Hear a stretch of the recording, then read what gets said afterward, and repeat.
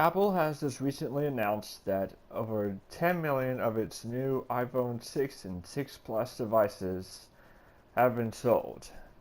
And to that, I gotta ask, why do we need smartphones? Or, I don't mean, excuse me, let me rephrase that thought. Why do we need super duper powerful smartphones? I mean, we all have a phone just to do one thing, and that's make phone calls, and that's it. Yes, I know technology has advanced a long way since the early ancient days of cell phones and calling, but at the same time, it's like our phones are becoming our mobile PCs almost. And to be honest with you, I kind of don't like it. And to all those 10 million folks, I think some of them are idiots. And when I say that, I mean that, Apple releases a new iPhone every year, and most of the time, probably those same 10 million people will go out to buy that new iPhone again, which costs a lot of money in the first place when they don't even have, well, excuse me, when they may already have a contract with another phone slash carrier. And what I'm thinking is, why would these people want to pay like a high up cost fee, which is like $400, $500, $600 with a new 2 year contract phone, plus the high monthly fees, which is about $100, I would say, a month. When I have a track phone, which is a flip phone, and it's prepaid.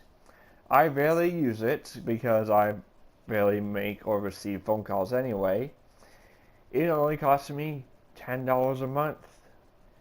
And for the smartphone part, I have an iPod Touch 5th generation, in particular the 64 gigabyte model.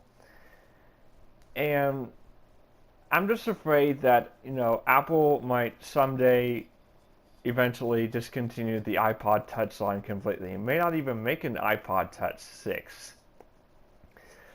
But then again, Apple hasn't talked about either the iPod or the iPads at all this year. And there is a rumored event that's supposed to happen um, in October. So if that really is true, then we'll just have to wait and see then. And I feel like a lot of these people who own iPhones and iPads too probably don't even know the first thing about computers. I mean, like just recently iOS 8 came out, and a lot of people were having complaints, and this is just in history, not just with the iOS 8 updates, that they didn't have enough space to do it over the air. When I thought that was maybe kind of obvious. It does say it needs like 1 gigabyte for the install file, but the actual installation takes like 5 or 6 gigabytes. Well, that's because it needs plenty of breathing room to extract those files within that one file. And it does not require this when you connect to iTunes because that part happens on the computer. And speaking of iTunes, um, I I just don't understand why people don't want to install iTunes. I mean, you don't have to fucking use it if you don't want to. You can buy music, videos, and stuff through Amazon Instant Video or Amazon MP3 and other services like that. But what I mean is, there's going to come times where you're going to need to back stuff up or copy stuff from your iOS device to your computer. And I know there's cloud services, but the only surefire way that you can do that is through iTunes. If you want to back up your whole iOS device, do it through iTunes. If you want an easier way to install iOS updates, do it through iTunes. And if you just want to like sync music or videos at all, you have to do it through iTunes as well. And same goes for photos already on your PC that you don't feel like copying into cloud storage services like OneDrive, which is the one I use. And I would just want to go ahead and recommend that you install iTunes anyway and keep it up to date when it asks you. Don't complain because, you're not even going to be using it. I mean, you just install it just in case you ever need it. Because I hate how there's people who refuse to use iTunes at all because it's shitty, which it's not. Okay, it used to be shitty, but it's not shitty anymore. I mean, iTunes is not my primary.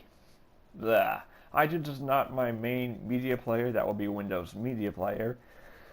But I subscribe to iTunes Match, and what that does is that lets me upload music that's in my iTunes library, whether I purchased it or not, to the cloud, and saves me a great deal of space when it comes to, my iPod. Because, I hated having to sync every 10,000 songs that I currently have on my iTunes library. I hated that because it takes longer than I thought, and there are things that I wanted on my iTunes library but not on my iPod. So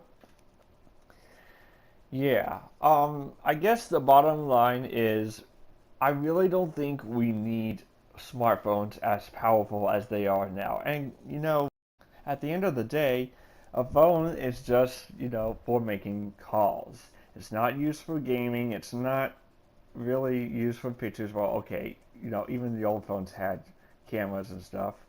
But still, it's not supposed to be used for apps. Just make phone calls and send text messages. And that's it.